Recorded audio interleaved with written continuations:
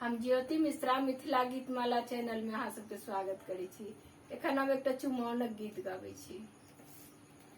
आजू को झगड़ाक दिन सुदीन हे रघुनंदन जी के।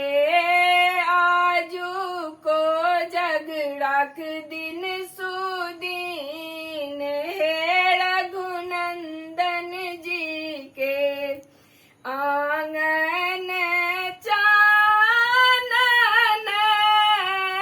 अंगनानी पाल हे रघुनंदन जी के।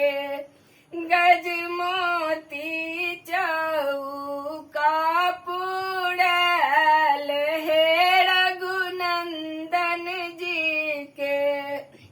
कांचही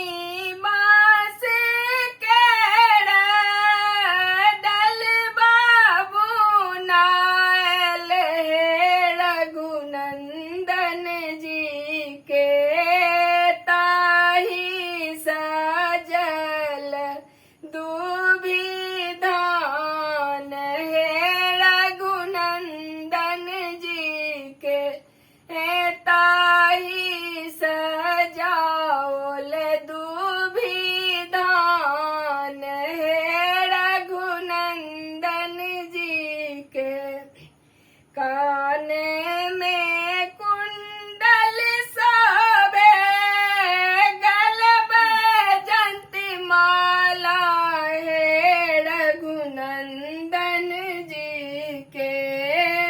मुख में शोभन लाल पान हे रघुनंदन जी के। तुलसी